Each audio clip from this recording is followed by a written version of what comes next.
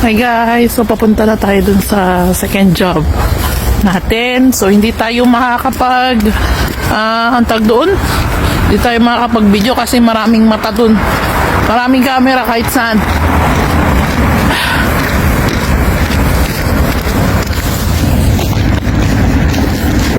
Buhay sa abroad, guys. Sobrang lamig talaga.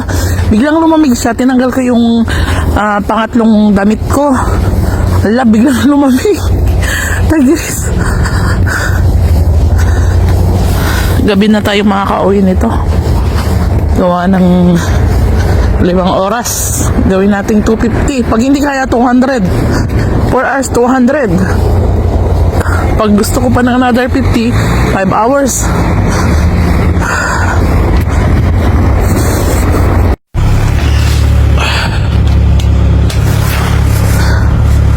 Alam nyo ba guys, doorbell ako ng doorbell dito. Yung pala wala pa si madam. Laging late yun. Kahapon nga guys, sobrang tagal niya. Umalis na ako kahapon. Kasi alam nga mag-intay ako dito ng sobrang tagal dito sa labas. Umalis na ako kahapon. Sabi ko bukas na lang ako magtatrabaho sa'yo. Yun din naman ang sabi niya. Sige bukas na lang. Sobrang lamig kahapon dito. Ngayon malamig. Biglang lumamig sa hapon. Di ko alam guys kung makakapag-vlog pa ako mamaya. Kasi gabing-gabi na ako makauwi asing madilim. So yun guys, umabot na tayo ng 30,000 follower.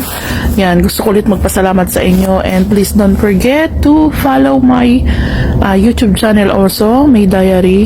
Siyempre, itong page natin. Yan, don't forget to like and share this video kung gusto nyo lang. Yun, God bless guys. Ingat kayong lahat mga kabayan. Yan.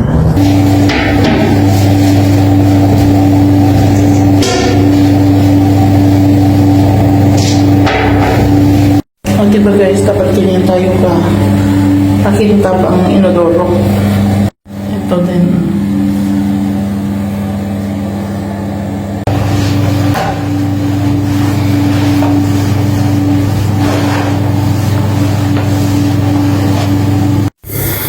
Dito na nga po guys. So yan, naglilinis ako ng laboratory at kailangan guys malinis talaga yan at makintab after mong linisan. So ganyan yung gustong-gusto ng client na yan.